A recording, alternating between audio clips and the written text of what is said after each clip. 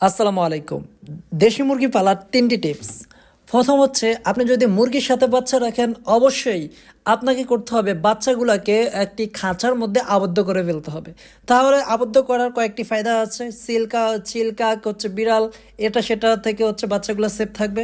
দ্বিতীয় হচ্ছে, বাচ্চা মায়ের সাথে থাকবে এবং প্রপারলি সে কিন্তু ওই আবদ্ধ অবস্থা আপনি যদি খাবার দেন, তাহলে আপনার বাচ্চাগুলো সুন্দরভাবে খেতে পারবে এবং সুস্থ থাকবে। তবে খাবার হিসাবে আপনি সোনালি স্টার্টার ফিডটা আমি সাজেস্ট করব। আর যারা ধান চাউল এগুলা খাওয়াইলে বাচ্চা প্রপারলি হচ্ছে তাদের সাইজে আসে না। আপনার সোনালি স্টার্টার ফিডটা খাওয়ানোর চেষ্টা করবেন, 1 মাস হইলেও খাওয়ানোর চেষ্টা করবেন। তারপরে আপনি ভাত চাউল গম এটা খাওয়াইতে পারেন। তো আশা করছি বুঝতে পারছেন। আর হচ্ছে, মুরগি কখনো ছেড়ে দিবেন না। যদি ছেড়ে পালেন, একটা আবদ্ধ করে মুরগি লিটারের ব্যবস্থা রাখবেন। খালি মাটিতে ছেড়ে দিলে হচ্ছে আপনার পা ঠান্ডা হয়ে জীবাণু লেগে মুরগি মারা যায়। আর শামসুল কৃষি খামারে যদি আপনি নতুন হয়ে থাকেন, চ্যানেলটি সাবস্ক্রাইব করে লাইক কমেন্ট শেয়ার করবেন। ধন্যবাদ।